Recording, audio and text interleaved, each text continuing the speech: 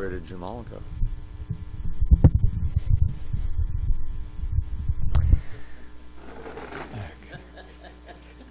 He's the only representative of the locals.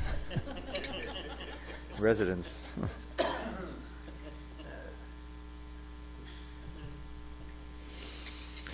Jaya Radha Madhava Kunja Bihari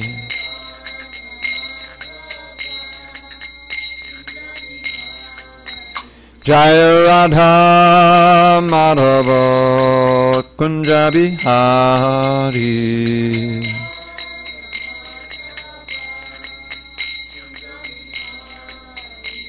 Gopijana Vallabha Girivardhari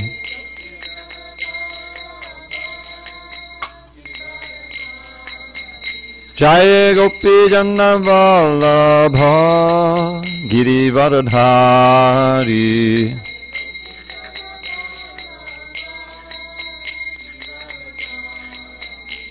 Yashodanandana Brajajana Ranjana Yashodanandana Brajajana Ranjana Yamuna Tira Vanachari Yamuna Tira Vanachari and Jaya Radha Madhava Kunja Bihari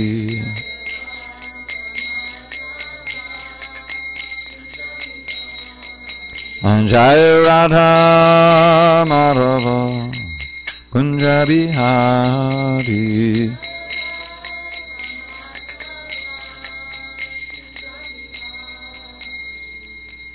Jai Prabhupada Paramahansa Bhagavadgitaclass Ashtottara to the Sri Srimad Divine Grace Srila A.C. Bhaktivedanta Swami Prabhupada ki Jai ISKCON BBT Founder Acharya Srila Prabhupada ki Jai Jai Om Vishnupad Paramahansa Bhagavadgitaclass Ashtottara to the Sri Srimad Divine Grace Srila Bhakti Siddhanta Saraswati Thakur ki Jai Ananta Koti Vaishnavinda ki Jai Namacharya Srila Haridas Thakur ki Jai Srimad Bhagavad Gita ki Jai, Samaveda Bhaktivinoda ki Jai. All glories to the assembled devotees. All glories to the assembled devotees. All glories to the assembled devotees. All glories to Sri Guru and Gauranga. You going to be able to go to Rath Yatra? LA? The LA Rath Yatra? You'll be going? Oh, you won't? August. Okay. Good, good. How about you, Ernest? Yeah, I've got my ticket. Oh, you do? Yeah. Oh, great. Me You too. too. I'm all with it. Finding Me the too. ride up here that early is going to be the hard part. We'll work it out. I think so. Om Namo Bhagavate Vasudevaya. Om Namo Bhagavate Vasudevaya. Om Namo Bhagavate Vasudevaya.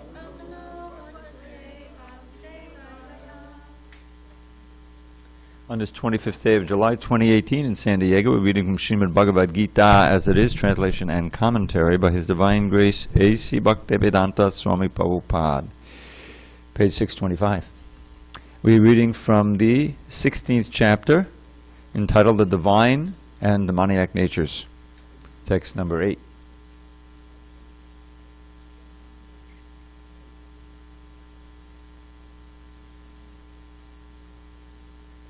All set? Okay.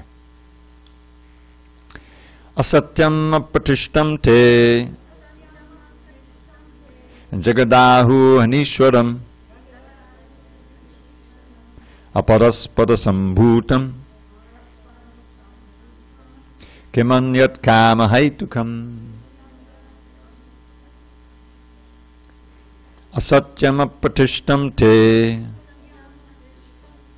Jagadahu Hanishwaram Aparaspada sambhutam kimanyat kama haitukam asatyam apratishtam te jagadahu anishwaram aparaspada sambhutam kimanyat kama haitukam. All right, who wants to kick it off? Go ahead, Marcy. Asatyam apratishtam te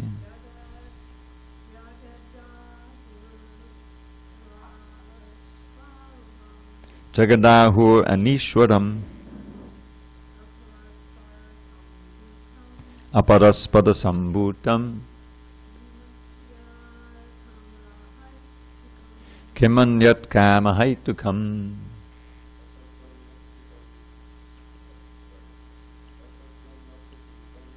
Asatyam apratishtam te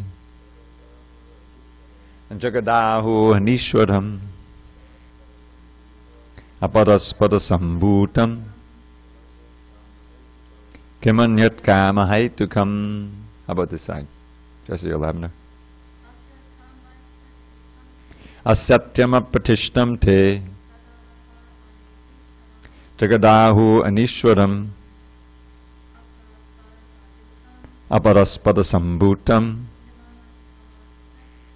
kimanyat kama haitukam. Lavender. Asatyam apratishtam te jagadahu anishwaram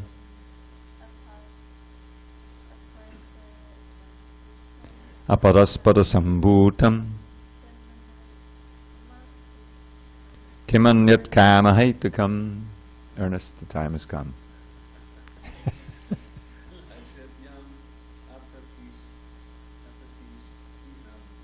Atsatyam apratishtam te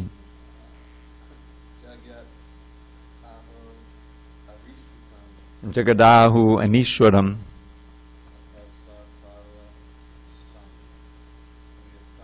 aparaspada sambhutam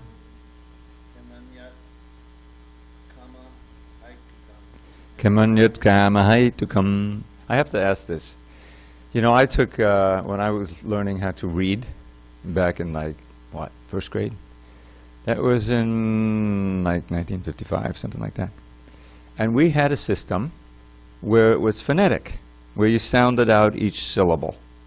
But then I heard that later on there's a system where it's like you look at the whole word, right? Now, of course, obviously, this is all phonetic. You have to be, so, but if you're used to looking at the whole word, then it doesn't work so well. Is that why, is that what's going on here?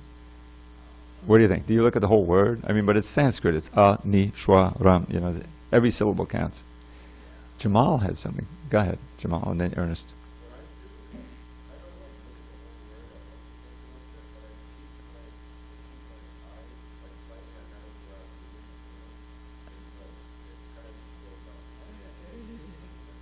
Yeah, the main thing is that every letter is sounded, and it's completely phonetic. Slightly worse than you. In other words, you know, I'm used to it after all 45 years. But I was taught, you know, when you first say, well, okay, sa, tyam, pratishtam, te. Once you learn the pronunciation guide and you just sound it all out. But if you're trying to take in the whole word, if that's where the way you learn to read, you know, this is a new language, it doesn't work. By sounding out. Okay, I guess it's just a question of practice. And what were you going to say, Ernest? I'm going partly by what I hear. Oh. I'm trying to figure, like I'm trying to memorize and say it at the same time. So it's not working. Well, if you, yeah, okay. Anyway, we'll work it out. Maybe you know. Yes, by this time, yeah. But I have a feeling with you, Marcy, isn't it something like the difficulty seeing the little letters? No, it's not like that? If I would loan you my iPad with big letters, it wouldn't help. All right, maybe we'll dedicate some time, 5 minutes, to just doing the Sanskrit, learning how to pronounce and everything. Maybe it'll be easy. Because Prabhupada, he took all the trouble to give us the original Devanagari for authoritativeness, and then, to have it transliterated word by word so that we would be able to chant and understand what we're chanting. He understood the importance of that there's a certain power in the Sanskrit, and that's why he took so much trouble. All right, let's go on. I'll say this. I'll just read the synonyms. You all have books. Asatyam, unreal. Apratishtam, without foundation. Te, they, Jagat, the cosmic manifestation. Ahu, say, Anishwaram, with no controller. Aparaspara, without cause. Sambhutam, arisen. Kimanyat, there is no other cause. Kama haitukam, it is due to lust only. Translation. They, the demons, say that this world is unreal, with no foundation, no God in control. They say it is produced of sex desire and has no cause other than lust. Purport. The demonic conclude that the world is phantasmagoria. There is no cause and effect, no controller, no purpose. Everything is unreal. They say that this cosmic manifestation arises due to chance material actions and reactions. They do not think that the world was created by God for a certain purpose. They have their own theory, that the world has come about in its own way, and that there is no reason to believe that there is a God behind it.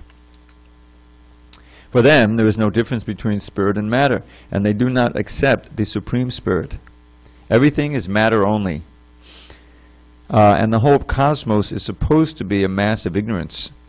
According to them, everything is void, and whatever manifestation exists is due to our ignorance in perception. They take it for granted that all manifestation of diversity is a display of ignorance, just as in a dream we may create so many things which actually have no existence. Then when we are awake, we shall see that everything is simply a dream. But factually, although the demons say that life is a dream, they are very expert in enjoying this dream. And so instead of acquiring knowledge, they become more and more implicated in their dreamland.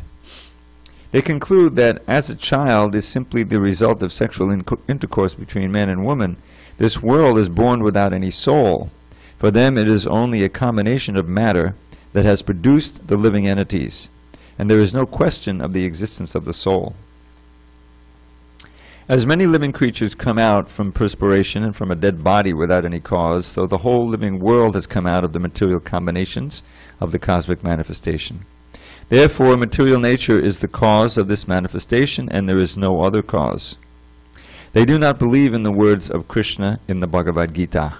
Mayadyakshena pakati suyate sacharacharam. Under my direction, the whole material world is moving. In other words, among the demons, there is no perfect knowledge of the creation of the world. Every one of them has some particular theory of his own. According to them, one interpretation of the scriptures is as good as another, for they do not believe in a standard understanding of the scriptural injunctions. Om Jnana Timirandasya Jnananjana Shalakaya Chakshu Unmidatam Mena Tasmai Shri Gurave Namaha. I was born in the darkness of ignorance, but my spiritual master Srila Prabhupada opened my eyes with the torchlight of knowledge. I offer my humble obeisance unto him and all members of Sri Parampara. So just as in the beginning of Bhagavad Gita, or Krishna's teachings in the Bhagavad Gita, where he describes the difference between the soul and the body, right away he says, Ashocana Vashotastram, that you're lamenting, Arjun, for what is not worthy of grief, namely the material body. And then he says, never was a time when I did not exist, nor you, nor all these kings. So right away he's blowing open this concept that we are matter, and that we come into existence at birth and we go out of existence at death, and that's it. Because from our little perspective, that's what it seems to be. It seems to be, we see people being born, and we see people dying, and we see things in the middle. And there's no obvious life before birth or life after death. To understand that, we have to hear from a higher authority, who has a higher perspective, namely Krishna and his representatives. So, just as the foundation of transcendental knowledge is this understanding of the spirit, the Atma, as opposed to the body, that the spirit is eternal and the body is temporary, So the basic principle of atheistic, materialistic, and ultimately demonic life is this statement, this idea that there's nothing there's no truth, there's no foundation, and there certainly is no Ishvara. There's no ultimate person in control of everything. That we're just combinations of matter and come together, and we might as well try to enjoy it as much as possible, because after death there's nothing after that. That's the pure demonic view. So what happens is that, just as we experience sometimes in our ordinary dealings, that one's desires, if you really want to do something or believe in a certain way to serve your own desires, then you'll create a whole philosophy around it. And you don't, who was it who said, it's very hard to convince someone of something, it's true, if his salary and his income depends on him not believing what you're trying to tell him. In other words, there's a certain barrier to that, right? When Krishna consciousness really is a revolutionary philosophy. Right at the beginning of Bhagavatam, 5th chapter, where Narada Muni is speaking to Vyasadeva, he calls it Tad Bhagavasargo Janataga Viplavo, that the words of the Bhagavatam are meant to bring about a revolution in society, and that revolution begins in our consciousness, in our understanding of what the truth is, what this world is, and who we are, and that there is an ultimate controller. That's very revolutionary, and especially in an atheistic society. So the demons here, they're not just agnostic. Agnostic is understandable. I don't know if there's a God or not, and I want to find out. That's a good attitude. But if you say, I know that there's no God, and I'm going to make sure everyone else knows it, then combat. That's the demon. And that's what Jagad Ahu Anisharam means. They declare there's no Ishvara for the Jagat. There's no controller of this universe. And on that basis, they try to be controllers as far as possible in their little realm, or as heads of countries or mafias or something like that. They can try to, And because of that, they're always agitated. They're never at peace. I remember, I like to bring this up, some of you have heard this before, way back in maybe in the 60s, early 60s, there was a magazine, you remember Life magazine, I don't know, Life magazine. Oh, it's long defunct, but it was a big picture magazine. It was a big format, and they specialized in wonderful photos and everything. So they would do some, stories that were popular and expose. So they did once an expose or a big investigation of the mafia in the New York, New Jersey area, So all I remember of that story, so long ago, is this rogues gallery, like over a big spread. Imagine a big magazine, and there were these colored, like mugshots of all these mafia guys, And I'll never forget, what they looked like. All of them looked like, they were scowling, and they were staring at the camera. I don't know if any of them were smiling, and they just had this. It was a perfect example of the modes of passion and ignorance, what we would say. They weren't happy because they were all criminals, and they'd probably murdered a few guys, In other words, they were showing on their face the result of their sinful activities. Prabhupada would say the face is the index of the mind. So these are guys who were like paranoid, someone's going to kill them, whack them also, and some of them, although they were titularly Catholics, because most of them were Italian or Irish or something, And so having been raised a little bit going to church, they suspect, well, maybe there is a God, and I've got to suffer, so there's all that going on. But the point is that can we get that? The book shouldn't be on that seat like that, where we sit. I'm trying to keep it up. Thank you, Marcy. So this is the is like a foundational statement of the philosophy of the demons. They have to believe like this. If they don't believe that, if they think there's an Ishvara, and there's a God who's going to punish them, then it's not easy to, that's against their basic philosophy. They have to have that idea in order to be really orthodox asuras, demons. You know what I'm saying? So Krishna is giving the basic philosophy. Now, the apatishtam te. There's no foundation. This is reflected in modern Western philosophy. You've got the existentialists, you've got the voidists, you've got so many philosophies that have no place for God. Certainly hedonism, doesn't. And they try to build up a whole philosophy around it, so that you can say, "Oh, I'm a follower of this philosophy," when really it's just an excuse to try to enjoy this world, live in the moment. In many ways, the whole hippie movement, grew out of the Beat movement. It grew out of the existentialists of post-war, and that was like, okay, with all these strictures and this uptight thing, growing out of the, we're gonna let it flow out. If it feels good, we're gonna do it, and break out of it. But that's a disaster philosophy, because all it does is shorten the time between your sinful activities and your sinful reaction. And before long, you had, I think we had was it the 50th? Yeah, the 50th anniversary of Altamont. I don't know if that name means anything to anyone. Altamont was a very important event. It kind of marked the end of the flower power era of the hippies, of that whole movement, the Summer of Love, which was 1967, but this is 68. 50 years from 68 is 2018. And what happened was they had this big rock concert outside. I wasn't there, but I heard about it. And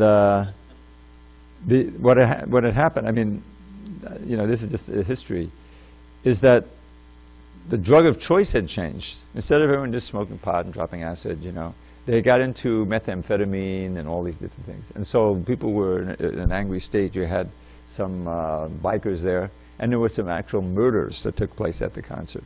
And it shot around the world, It's like, oh, this is not what happened to love and peace, And this, the whole socio-political realm was going crazy. We had, in 68, we had Martin Luther King killed, and also Bobby Kennedy, it was like it. And Nixon got elected.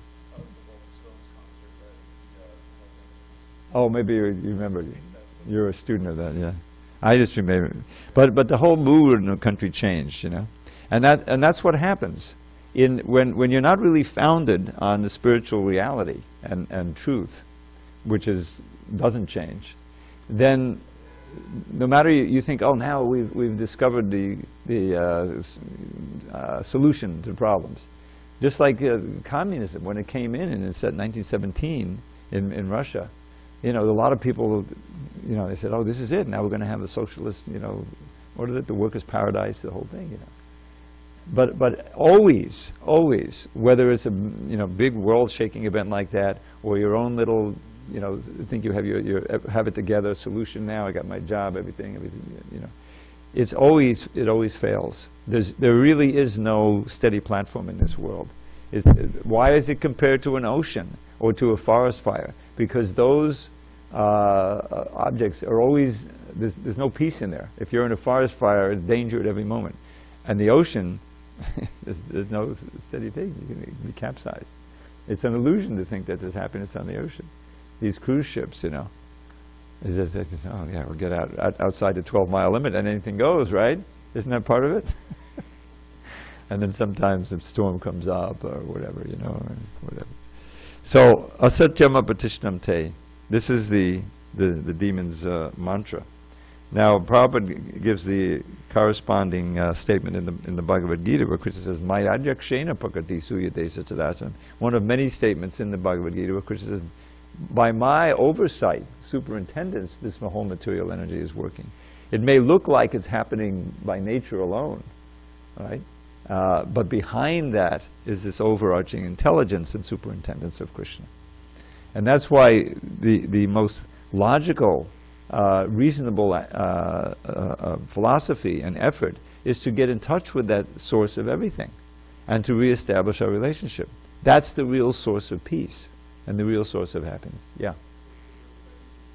Oh, let's quote it here. Maya jakshena prakati suchi. It's in the 9th chapter, text 10. This is, yeah, it's in the purport. Under my direction, everything is moving. So we'll see how this goes now. Should we go on? Etam drishtim avashtabhya nashtatmanolpa buddhaya pabhavantugrakarmana chayaya jagatohita. Following such conclusions, the demoniac who are lost to themselves and who have no intelligence engage in unbeneficial, horrible works meant to destroy the world. Purport. The demoniac are engaged in activities that will lead the world to destruction. The Lord states here that they are less intelligent. The materialists who have no concept of God think that they are advancing, but according to the Bhagavad Gita, they are unintelligent and devoid of all sense. Just to look at, if you look at the Sanskrit, Alpa Buddhya. Alpa means small, and Buddhya means intelligence. Sometimes the word is Alpa Media, which not much brain substance. Same idea. But according to Bhagavad, they are unintelligent, devoid of all sense. They try to enjoy this material world to the utmost limit, and therefore always engage in inventing something for sense gratification. Such materialistic inventions are considered to be advancement of human civilization, but the result is that people grow more and more violent and more cruel to animals and cruel to other human beings. They have no idea how to behave toward one another. Animal killing is very prominent amongst demoniac people. Such people are considered the enemies of the world because ultimately they will invent or create something which will bring destruction to all. Indirectly, this verse anticipates the invention of nuclear weapons, of which the whole world is today very proud. At any moment, war may take place, and these atomic weapons may create havoc. Such things are created solely for the destruction of the world, and this is indicated here. Due to godlessness, such weapons are invented in human society. They are not meant for the peace and prosperity of the world. This purport could have been read, a commentary on today's news, isn't it? It's exactly what's going on. They lead the world to destruction. It's total madness. I mean, forget the nuclear weapons for a minute, if you can. Just think of the global warming. What is the climate change due to? It's due to reckless, increase of burning fossil fuels, and it's obvious. The scientists agree, people agree. Look how hot it is here. There's a heat wave everywhere. And I subscribe to this one newsletter, which every couple of days they give a wonderful essay by this guy of what's the real state of the world in terms of the climate and things. And I just read this whole thing going on with methane. In the north, everyone knows about the what's supposed to be permafrost, which is turning out not to be as perma as we had hoped. Well, in that permafrost, which has a lot of dead plants and things that have died over hundreds or even thousands of years, and they're just frozen underneath. They don't go anywhere. So now, because of it getting warmer in the Arctic, even faster than here, the permafrost is melting and releasing all of this carbon dioxide. Now, there's also other things called clathates, I think, which are in the ocean, and this is other where they've trapped all kinds of things have died. Methane, and methane is like 100 times more of a greenhouse gas than carbon dioxide. Well, in the Russian part of the Arctic, over the poles, they have these ocean that's very shallow. It's only like 50 feet down. And they've noticed that more and more of this methane is coming out because of the heat, warming water, and it's bubbling up and going into the atmosphere. And there's like 50 gigatons of it, and if it ever just has a huge big burp, it'll quicken. The point is, it quickens the whole process of global warming. And if it gets really hot enough, the agriculture will be finished. There won't be rain, it'll burn up. And then what are we going to eat? In other words, this is what the scientists say could happen. Now we're hoping by the spread of Krishna consciousness, sanity will prevail. But right now, it's like they don't care. It's like, well, we're going to get as much money as we can now and enjoy, and we don't care about our children or grandchildren or the world itself. This is the nature of the demons, exactly like this. Etam drishtim avashtabhya. The point is, you act according to your philosophy of life, your conceptions. You see, just like devotees, you know. Well, we have a certain conception of what reality is and what our goal in life is, and that informs what we do and what we don't do, what we accept as proper to do and what not to do. You see. So here's the etam drishtim. And drishtim is how you see things. It's a philosophy, a vision. Accepting this vision that there's no God in control, that everything is simply coming about by chance, then you know, you perform activities, you're not very intelligent, that destroy the soul. Now you can't destroy the soul, but you can destroy your spiritual life. Nashtatmana. Having lost themselves. Ugra karma, you know, horrible activities. How far do we have to look to find those? There's cow slaughter going on everywhere, you know, which is the biggest greenhouse effect. You know that, you know, and so many other things.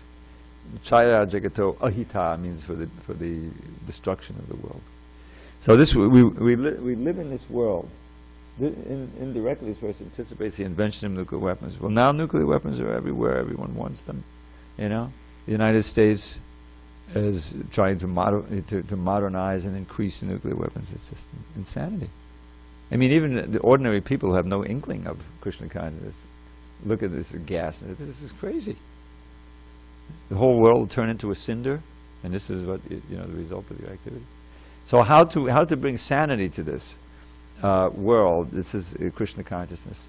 Just see the difference. If you look at the first 3 verses that describe 26 qualities of devotees, you know, abhayam sattva sangshuddhi, those are the first words, fearlessness and purification of one's existence, and living as gently on the earth as possible, you know, consuming less, don't exaggerate your consumption, okay, maybe have to burn some fossil fuels to get from here to there, or you can stay warm, but minimize.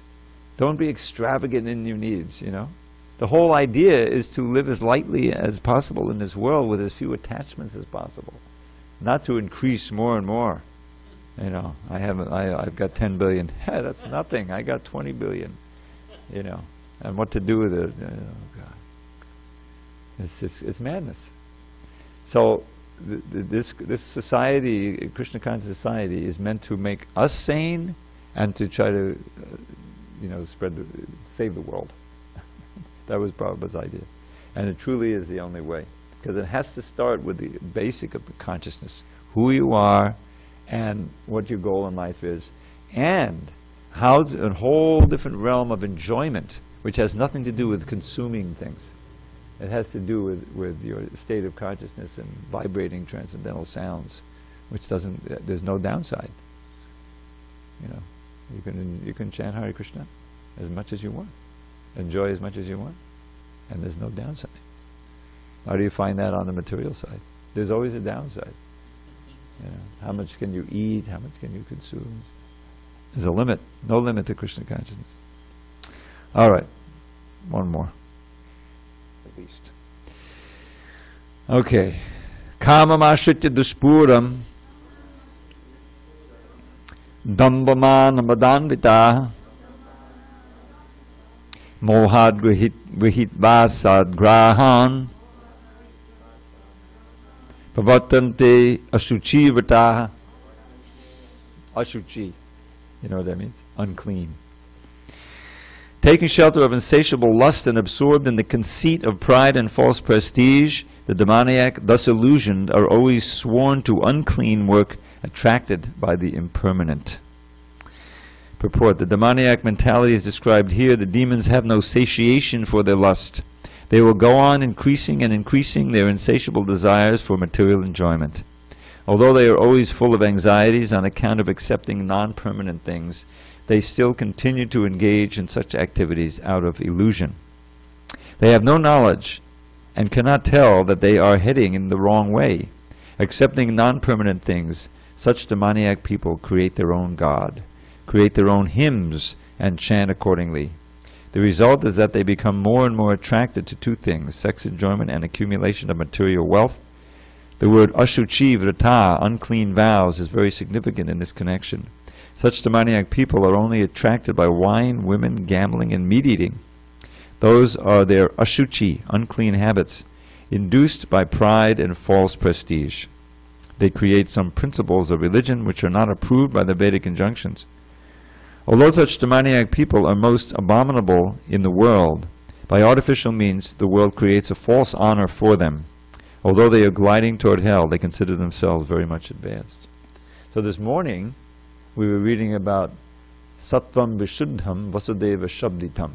This is a line, first line in the verse, it's a famous line. It means, Sattvam Vishuddham means pure goodness or pure existence is known as Vasudeva, is known as the Vasudeva state, in which Vasudeva appears. It's a state beyond even goodness, but pure goodness, not even a tinge of passion and ignorance. So that's but the point is the purity. Here the idea is ashuchi vrata, unclean. Now the uncleanness begins in the consciousness, and then it manifests outside. You know, and Krishna consciousness is really a process of purification. That's what it is, and this is important to realize because it means, or it's based on the idea that we are originally pure souls. And we become impure by our association and identification with this material world. So once we understand the basic principle, that it's in our hands. This is very important. You know, we're not simply helpless in this world. You know, if we have no connection to Krishna, then we're being battered around by the material energy. But once we have some knowledge, some inkling, as Bhagavad Gita, we can make choices in our lives to move toward the light. That's why it said tamasi ma jyotirgama, and that has different meanings, but the main is don't stay in the darkness, come to the light. Go to the light. That means that we have freedom to do that, especially when we come in touch with the genuine principle of how to do it. And so in this age, it's you know, the basic principle of purification is the chanting of transcendental sounds, beginning with the holy name. Krishna's he wants to purify us. He wants us to come back. He's our eternal friend and our eternal master. You know, we have this unbreakable relationship, but we have the option of forgetting it, and we've done that. But it's still there, and as soon as we want to revive it again, Krishna is very willing to help us, externally and internally. If we show a little inkling toward this direction, then Krishna from within our heart will guide us. Go here, go there, and you meet the devotee on the street and take your little perfection of yoga. Take it home and read it. Ah, this is very interesting. Let me Google ISKCON SanDiego, see if there's a temple in there. And say, oh, just see, down by the beach. This is how it starts. Something like that, right? But the point is that there's a little spark of interest in contacting God. And Krishna, he wants to, now there's all kinds of false religions going on, as Prabhupada mentions here. So that's our job, to make Krishna consciousness available, so that'll be something that at least is in the running and prominent for people to take up. So that's the idea, is that they take shelter of material desires, and there's no end to them. You know, I like to say modern society is such, it's trying to convince you that you need, what is it, to buy things that you don't need with money you don't have. So you go into debt. Right? Whereas if, you know, the less you need, the less you think you need, the freer you are. Isn't it? Just think of the Goswamis. You know, Chaktava Turna Mashesha Mandala Pati Shrening Siddha Tuchavat. That's a revolutionary line. What it means is, in the examples, three of the Goswamis, Rupa, Sanatan, and Raghunath, extremely wealthy. They had the opportunity to enjoy like anything. But they were devotees, you know, very high devotees, even though they were serving the Muslim government, and Raghunath Das was entangled with his wealthy family for some time. But as soon as they had the chance, and they met Lord Chaitanya, then they gave up their attraction completely to material things, and they gave it. So it's Chaktva Turnam. They didn't wait. Should I or shouldn't I? Maybe I should, you know, hedge my bets. No. Immediately, Chaktam Turnam, Ashesha Mandalapati means endless money and influence and high society, gave it up. Mandalapati Shredim Sada Tuchavat. Seeing it as completely insignificant. And what did they do? Budva Dina Ganesha Go Karonayako Pina Kantashito. They became Budva Dina Ganeshiko. They took the position of the leaders, spiritual leaders of the most wretched of the earth, ourselves, for our benefit, out of their compassion, Karunaya. And they took on the role of the most poor, Kopina Kandashito. Instead of the fancy clothes, they took the simplest clothes, kopin, and rejected garments and put that on. And what did they do? Were they miserable? No, they were blissful. They didn't have any money, like zero, no money, no home, and they begged their food. This is about as poor as you can get. But Gopi Bhavara Samatab Lahari Kalola Magnomo. They were totally blissful, diving in the ocean and surfacing in the ocean of Gopi Bhava, the highest levels of ecstasy. So that meant that they had contacted the ocean of bliss, which we carry within ourselves. I like to relate this. I was in Berlin, believe it or not, back in the early 90s. And there was a temple there. And on the wall was a facsimile or a photocopy of a letter that had been written to Himavati. Himavati was very prominent in the early days of the movement. She was the wife of Hamsa Dutta, and very intelligent and competent. She did a lot of service. So she had written Prabhupada a letter, and you can never see exactly what they write, but from Prabhupada's answer, you could see she said something like, well, there are so many different oceans. We have the saltwater ocean, we have the freshwater ocean, the ocean of milk, etc. Where is that ocean of prema? And at the last line of this letter, Prabhupada said, you asked where that ocean of prema is, and you should know that it's in your heart. In other words, we're carrying that with us, something, the reservoir of pleasure. But we don't know it, so we're looking outside. There's a verse by Akrura where he says this, where he says, how does he say? Anityanatma dukkeshu. He's describing himself. He's taking the role of the conditioned soul. Anityanatma dukkeshu viparya materyaham vrundaramastamo najani tvatmanak priyam. That, my dear Lord, I'm so illusioned that I'm taking that which is temporary to be permanent, namely my material situation, my body, etc. That which is not me, my body, I'm taking to be myself. And that which are sources of misery, I'm taking to be sources of happiness, material sense gratification. That's a fact. And in this backward situation, I'm trying to enjoy the dualities of this world and entering more and more into darkness. The deities will open at 8:15, if you're interested. Hare Krishna. And the worst thing of all is that I've completely forgotten you, my dear Lord. I'm just like a foolish animal. Imagine there's a desert, and in the desert there's an oasis. And at the edge of that oasis, I'm standing. Why don't you get a seat? There's so many cushions here. And very thirsty. And I'm looking out, and right at my feet is a nice pool of water, but it's overgrown with plants that have come out of that water. I can't see it. I look out in the desert, what do I see? Beautiful mirage. There's a lake, pure water. I run out there and perish. That's us. In our heart is this reservoir of pleasure, of bhakti, that we can enjoy, with Krishna. We don't know about it. So we're going out through the senses, trying to enjoy. And we're perishing life after life and suffering like anything. Birth, death, old age, and disease. So Lord Chaitanya, he said, just chant. If you could just listen to me and chant, take the holy name, you'll start to experience that pleasure because you're contacting Krishna. Whether you know the Bhagavad Gita or not, whether you know how to chant the mantras or not, if you can chant this one mantra. But that's very flickering because the mind is conditioned. So there will have to be all these other rules and regulations so that we can come to the point of always being able to contact that reservoir of pleasure by staying in service of God, service of Krishna. And so here the description in the 16th chapter is just the opposite. The demoniac view. There is no God. This all, you know, look, I see what reality is. It's right out there. And I'm going to exploit it and enjoy it. You know? And that is illusion. And that is the path of darkness and death. And Krishna gets very heavy. And as he said, there's hellish punishments for this. Because it means you're completely insensitive to others. And you're simply completely more and more selfish.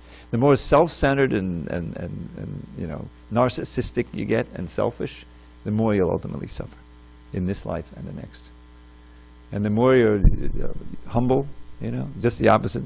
The demons are puffed up, abhimanas, you know. And the devotees are amanina manadena. You know the word mana. Mana means pride. Amanina manadena. Not wanting any, literally, not wanting any honor for oneself, and ready to offer all honor to others who are honorable.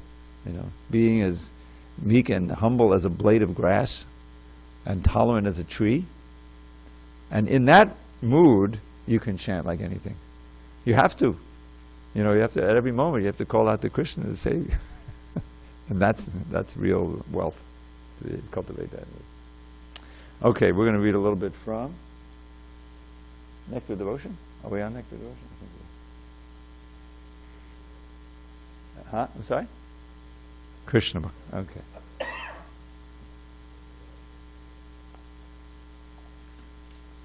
All right. What chapter were you on, you remember? That you don't remember. Okay. Not that one. I've got several readings going on. Okay.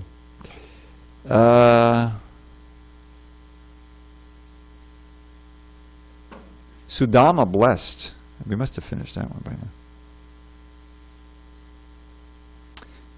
All right, well, let's finish. This is such a sweet pastime. We have some new people here. So this pastime is where Krishna, one of his old friends from his school days, believe it or not, he went to school, Gurukul, and they were in the Gurukul, no matter who you are, even God, you have to take a menial position and do menial service. So he went out to get wood for the sacrifice. And he arranged for there to be a big storm. He went out with Sudama. And they got caught in that storm, and they were out all night. And then the next morning, the guru came out with the other boys to search for them, and they found them, you know, and they were saved. So they remembered that, and then his old friend Sudama came to visit him. He was very poor Brahmin. He was so poor, he was emaciated. His clothes were tattered, you know. But he came with a little chip rice, so he had to bring something. So they borrowed. They were so poor, they borrowed this chip rice, with the cheapest rice. And his wife, his chowder. And so Krishna has just eaten some of that. Sudama was embarrassed to offer to him, but he offered to him finally. So Krishna snatched a bundle of the chip rice, which was hanging on the shoulder of the poor Brahmin, packed in one corner of his wrapper, and said, "What is this? My dear friend, you have brought me nice, palatable chip rice." He encouraged Sudama Vipra means Brahmin, saying, "I consider that this quantity of chipped rice will satisfy not only me, but the whole creation." It's understood from this statement that Krishna, being the original source of everything, is the root of the entire creation. As watering the root of a tree immediately distributes water to every part of the tree, so an offering made to Krishna, or any action done for Krishna, is to be considered the highest welfare work for everyone, because the benefit of such an offering is distributed throughout the creation. Love for Krishna is distributed to all living entities. When Krishna was speaking to Sudama, he ate one morsel of chipped rice from his bundle, and when he attempted to eat a second one, Rukmini Devi, the queen, the goddess of fortune herself, checked the Lord by catching hold of his hand. After touching the hand of Krishna, Rukmini said, "My dear Lord, this one morsel of chipped rice is sufficient to cause him who offered it to become very opulent in this life, and to continue his opulence in the next. My Lord, you're so kind to your devotee that even this one morsel of chipped rice pleases you very greatly, and your pleasure assures that devotee's opulence in both this and the next life and the next." This indicates that when food is offered to Krishna with love and devotion, and he is pleased and accepts it from the devotee, Rukmini Devi, the goddess of fortune, becomes so greatly obliged to the devotee that she has to go personally to the devotee's home to turn it into the most opulent home in the world. If one feeds Narayan sumptuously, the goddess of fortune, Lakshmi, automatically becomes a guest in one's house, which means that one's home becomes opulent. The learned Brahman Sudama passed that night at the house of the Lord, and while there he felt as if he were living in Vaikuntha. Actually, he was living in Vaikuntha, because wherever Krishna, the original Narayan, and Rukmini, the goddess of fortune, live, is not different from the spiritual planets Vaikuntha Loka. The learned Brahman Sudama did not appear to have received anything substantial from Lord Krishna while at his palace, yet he did not ask anything from the Lord. The next morning he started for his home, thinking always about his reception by Krishna, and thus he merged in transcendental bliss. All the way home he simply remembered the dealings of Krishna, and he felt very happy to have seen the Lord. The Brahmin thought, "It is most pleasurable to see Krishna, who is most devoted to the Brahmins. How great a lover he is of the Brahminical culture. He is the supreme Brahman himself, yet he reciprocates with the Brahmins. He also respects the Brahmins so much that he embraced to his chest such a poor Brahmin as me, although he never embraces anyone to his chest except the goddess of fortune. How can there be any comparison between me, a poor sinful Brahmin, and the Supreme Lord Krishna, who is the only shelter of the goddess of fortune? And yet, considering me a Brahmin, with heartfelt pleasure, he embraced me in his two transcendental arms." Okay, so we're going to resume that the next time we read Krishna book. I'm keeping a careful bookmark there. All glories to Srila Prabhupada. Hari Bol. Okay. So we're going to have a little artik now. You'll see the deities, and we'll have kirtan, and then some prasad. All glories to Prabhupada. Hare Krishna. And I want to really thank you all for coming. Hare Krishna.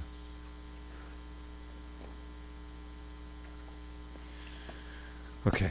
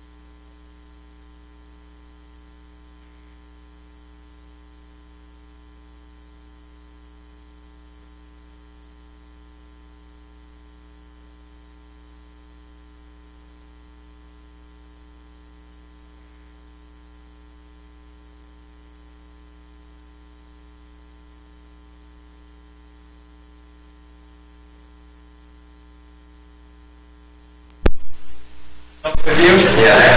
Do you have a police car? I'm thinking boy. It's on the street.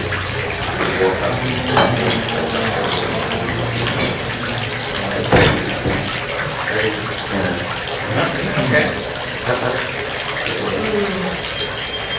Take my baby out of the stroller.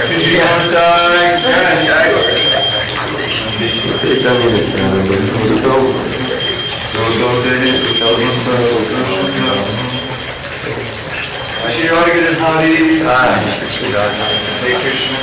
Hey Krishna.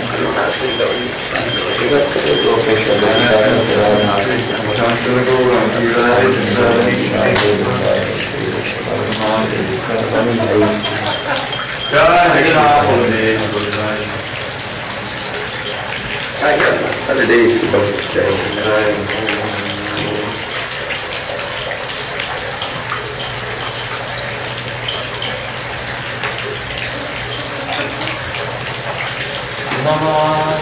Om Vishnu Padaya Krishna Prestaya Bhutale Shrimate Bhakti Vedanta Swami Iti Namine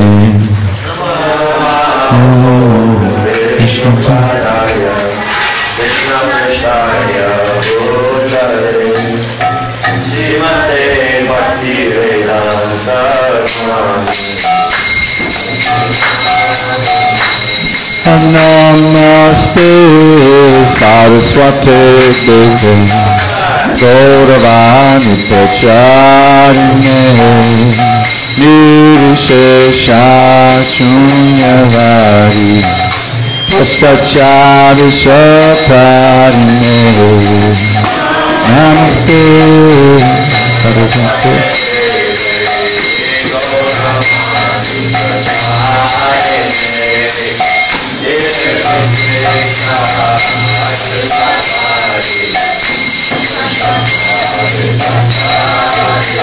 Jaya Shri Krishna Chaitanya Prabhu Nityananda Shri Advaita Gadadhara Shri Rasari Bhakta Vrinda.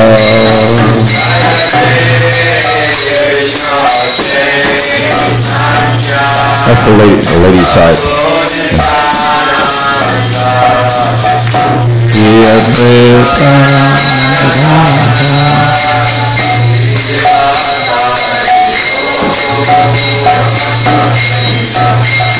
Jaya Shri Krishna Chaitanya Prabhu Nityananda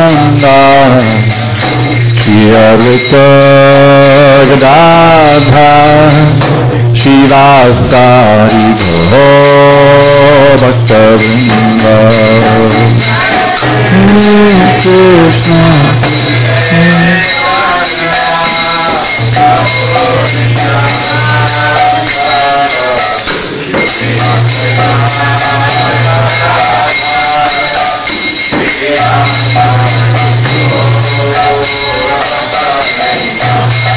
Jaya Shri Krishna Chaitanya Prabhu Nityananda Shri Advaita Gadadhara Shri Rasari Bhakta Vrinda.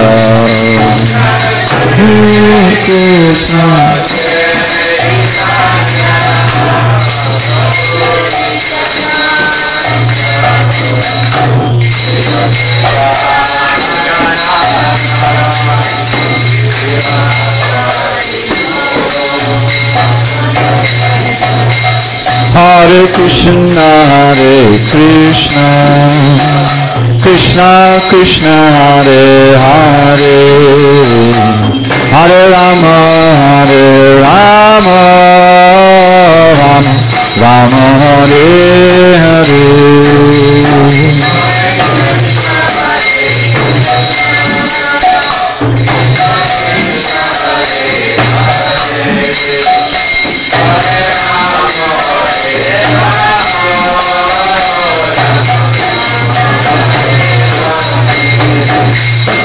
Hare Krishna, Hare Krishna, Krishna Krishna, Hare Hare, Hare Rama, Hare Rama, Rama Rama, Hare Hare.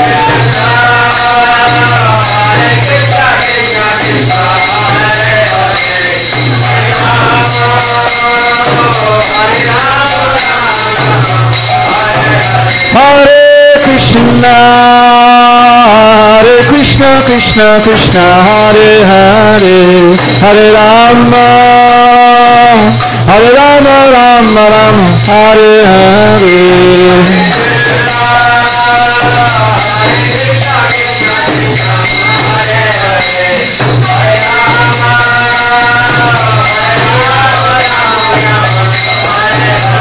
Hare Krishna, Hare Krishna, Krishna Krishna, Hare Hare, Hare Rama, Hare Rama, Rama Rama, Hare Hare.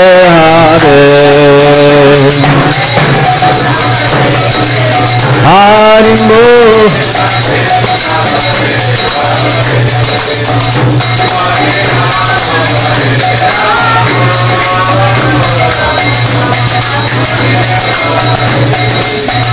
Hare Krishna, Hare Krishna, Krishna Krishna, Hare Hare, Hare Rama, Hare Rama, Rama Rama, Hare Hare.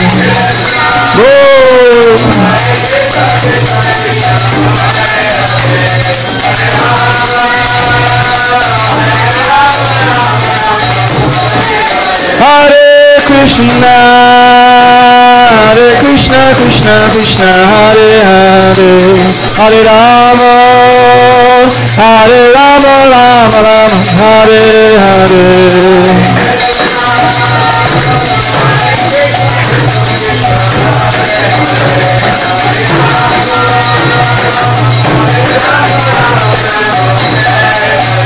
Hare Krishna, Hare Krishna, Krishna Krishna, Hare Hare, Hare Rama, Hare Rama,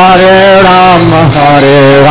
Rama, Hare Hare. Krishna, Hare Krishna.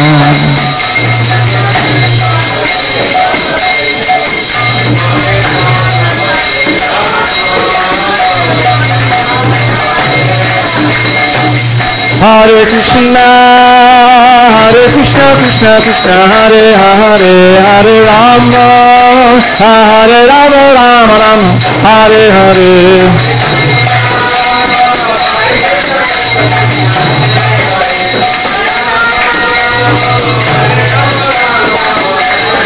Hare Krishna, Hare Krishna, Krishna Krishna, Hare Hare, Hare Rama, Hare Rama, Rama Rama, Hare Hare.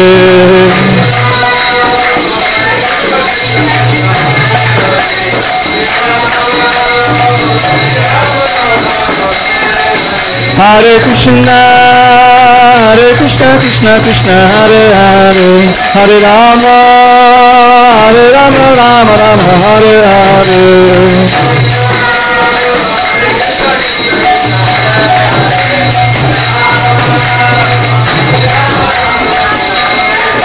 Hare Krishna, Hare Krishna, Krishna Krishna, Hare Hare, Hare Rama, Hare Rama, Rama Rama, Hare Hare.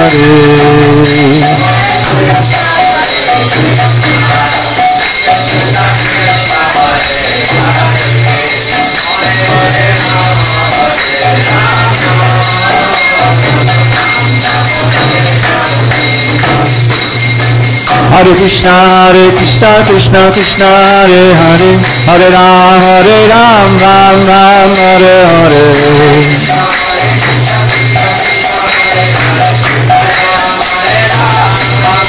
Hare Hare Krishna, Krishna Krishna, Hare Hare, Hare Ram, Ram Ram, Hare Hare.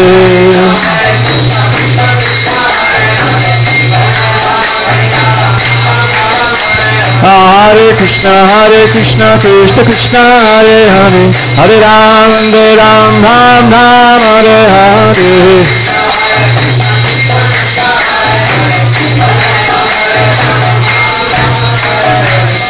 Krishna, Krishna Krishna, Hare Hare, Hare Ram, Ram Ram, Hare Hare.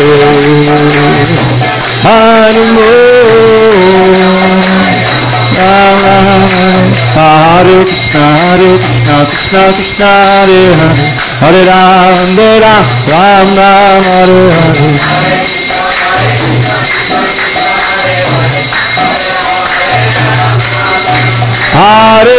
Hare Krishna, Krishna Krishna, Hare Hare, Hare Rama, Rama Rama, Hare Hare. Hare Krishna, Krishna Krishna.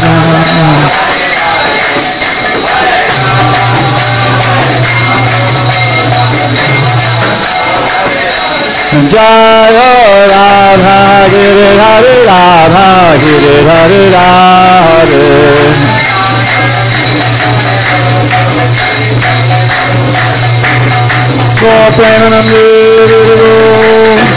Jaya Om Vishnupada Paramahansa, Dravida Prabhu, Ashtoto, Shri Srimad, His Divine Grace, Srila A.C. Bhaktivedanta Swami Prabhupada, Jai. ISKCON Bhagavad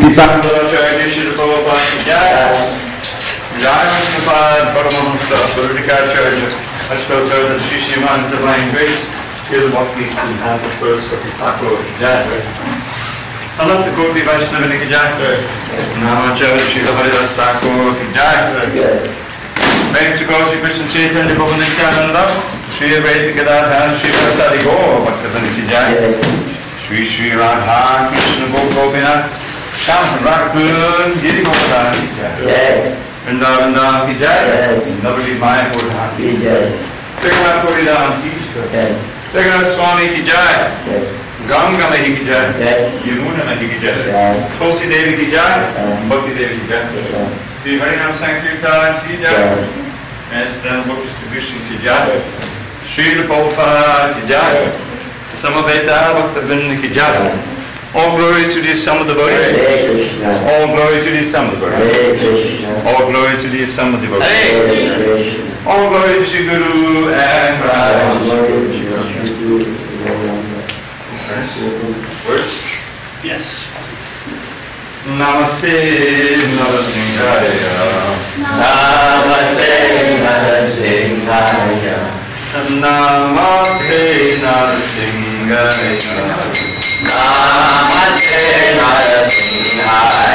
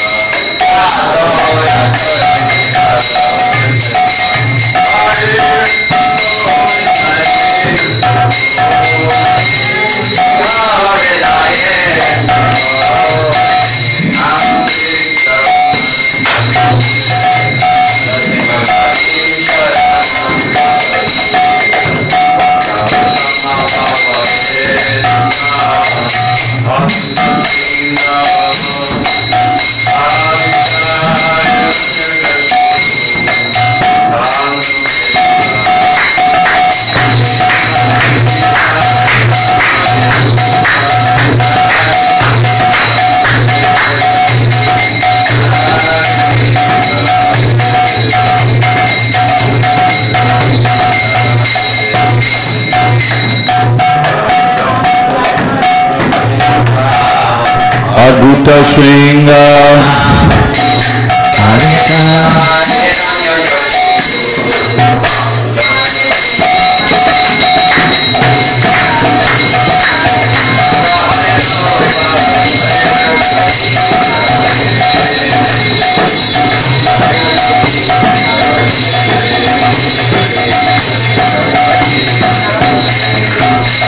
Jaya Nrsingadev, Nrsingadev, Nrsingadev, Jaya Nrsingadev.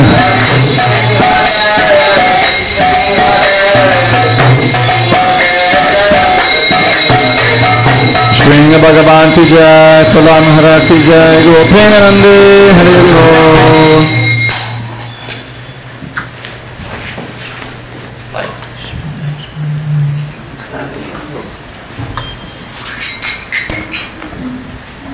So we have some prasadam for you. Do you know if you have any plates? No plates. No plates? No plates and no. I mean, we have metal. But there's cups in there. There's cups in there. South Indians. There's cups for me. Whatever you can carry down here. I'll get some cups in the front. Okay, we can check. We went to, in Vrindavan, we went to Ranganath Mandir, and they were distributing Congo, and that's the way they did it. You sit in a line, and you put your hand up, and they come over. Usually do. Yeah. Oh my gosh. It's really nice. There's milk. Almost like this, it's kind of like usually it's supposed to be sweet or savory, but it's like rice and dal kind of mixed together. Like Lots of ghee. Here we go. What? Lots of ghee. Lots of ghee. It's like really good sweet. Yeah. Similar cups. And nuts and bread. Would you like some, Larry? We have milk. We have milk. Yes, we have no coffee. No picture though. We can label it out. Yeah. This one, yeah. Let's other people go first here. All right, Ernest, you're first. When? A little subject? Sure. Would you like milk? Sure. How about a cookie? Pistachio, almond, nice puffed up blues. Is that enough food for you? We don't want that. That's sufficient. Okay. There you go. Nice to see those beets hanging around. How many, you going to say a bunch of rounds every day? I average about 3. 3 rounds, okay, Yeah. that's a good start. Getting there. Try not to go down below that. Yeah. I just got some new ones. New beets? Yeah, it was on water. Jesse? That's okay. How about one of these nice puffed up blues? Like milk? Okay. How about a spoon?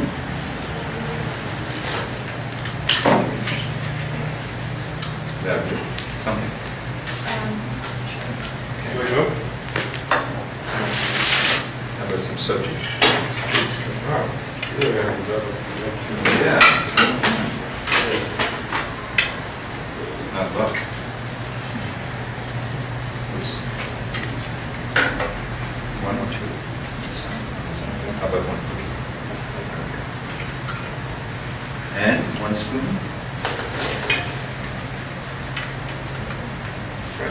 There you go. Like your stroke. Okay. You're on, Asya. How's your grandma Prabhu? Ravi Prabhu cooked. Yesterday you said you were cooking hot. So this is probably hot. We're going to test it out first. You just go for it. You go for it? Yeah, put that on. Okay. How about one? How many quarters? 40s. Since when? Oh, good. I was like to cook. As a Whole lot of breads. in the past. Blues? Come. You have that. Would you like some soju? Like milk? Today.